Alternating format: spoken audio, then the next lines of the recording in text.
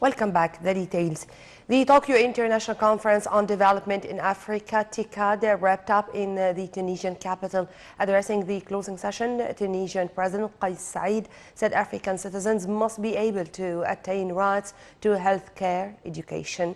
And he said security cannot be achieved without development, adding that human development and the right to education must be provided to all nations. Japan's Prime Minister also addressed the closing session of TICAD 8 via video conference, stressing the importance of African development. At the two-day Tokyo International Conference on African Development TICAD, which wrapped up on Sunday in Tunisia, Japan pledged to pump $30 billion during the coming 3 years to develop Africa. $300 million of the amount will be in mutual funding with the African Development Bank to facilitate food production. Participants stressed the importance of fair and transparent funding to enhance development in Africa. More details in the coming report. Japanese Prime Minister Fumio Kishida on Saturday pledged $30 billion over 3 years for Africa in a virtual address to a development conference in Tunis, aiming to counter China's growing continental influence. The Japanese Foreign Ministry said the 8th Tokyo International Conference on African Development TICAD 8 takes place amid a complex international environment caused by the coronavirus pandemic and the war in Ukraine.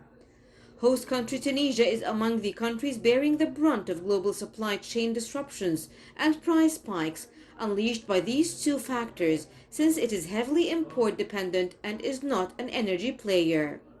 In his opening speech, Tunisian President Kais Saied urged delegates to search together for ways for African peoples to achieve the hopes and dreams of the first generation after independence. Praising Japan's strong track record of development and preserving its culture, he said that the world cannot continue as it was. He said Africa cannot watch its people live through poverty. Kishida, speaking over live video from Tokyo after testing positive for COVID-19 days earlier, pledged that Japan will invest both public and private funds worth $30 billion over the next 3 years across Africa. TICAD's bottom-up, multi-sectoral and co-partnership approach is welcome in Africa and offers a model for the value of long-term partnerships to strengthen development, peace and security, Kais Saied said. Kishida said TICAD's bottom-up, multi-sectoral and co-partnership approach is welcome in Africa and offers a model for the value of long-term partnerships to strengthen development, peace and security. He said that to improve the lives of Africans, Japan will provide up to $5 billion in co-financing with the African Development Bank. The pledge comes as China cements its influence on the continent with its Belt and Road Infrastructure Initiative, and as experts express concern about the long-term sustainability of some African nations borrowing from Beijing. At the conference, Cairo called on the world to support Africa face impact of global crises. Madbouli called on the international community to coordinate on multiple fronts and take immediate and effective steps to support the economies of African countries' economies in confronting challenges resulting from the impact of various global crises.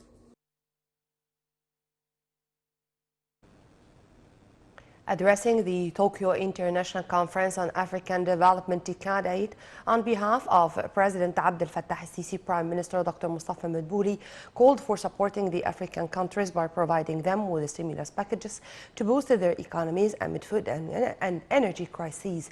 Madbouli thanked Japan for its efforts to render the TICAD successful and congratulated Tunisian President Kais Saied on the excellent organization of the gathering. Madbouli also highlighted the number of economic challenges that severely affected the African continent, calling for boosting cooperation between Japan and the African states to achieve sustainable development. And on the sidelines of TICAD, Prime Minister Dr. Mustafa Madbouli met with Japanese Prime Minister Fumio Kishida via video conference. During the meeting, Madbouli offered condolences on the death of former Japanese Prime Minister Shinzo Abe after an assassination accident, stressing Egypt's solidarity with Japan. Madbouli confirmed Egypt's appreciation for the support provided by the Japanese side in many important development projects at the Grand Egyptian Museum. Meanwhile, Madbouli stressed Egypt's aspiration for Japan to start taking the necessary executive steps to establish a Japanese industrial zone in the Suez Canal Economic Zone in a way that achieves the common interest of both sides.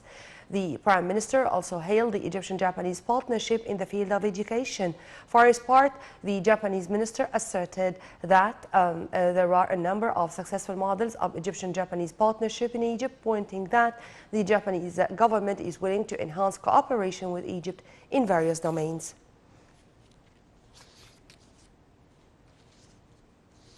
Ministry of Interior continued efforts to combat crimes across the Republic in coordination with the central security sector.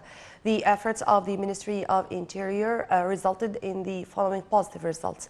Seizures of 40 cases of gas cylinders with seizures of amount 3,269 cylinders of gas. Seizures of 44 cases of petroleum products, 11,000 cases of food products were seized. 296 cases of food unfit for human consumption were seized. In the field of public fund, 39 cases in the field of combating public funds crimes were seized. A number of 28 cases were seized in the field of trading and dealing in foreign exchange. In the field of electricity, 83,000 cases in the violations in this field and the current theft and violating contract terms were seized.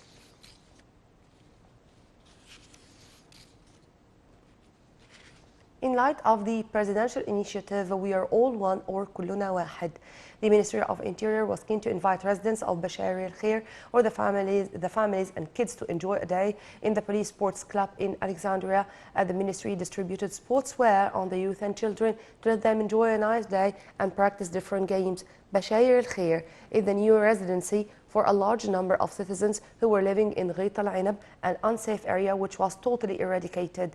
The citizens expressed their happiness and thanked the state for its efforts to turn their lives to the better and to continue with providing them high-quality services.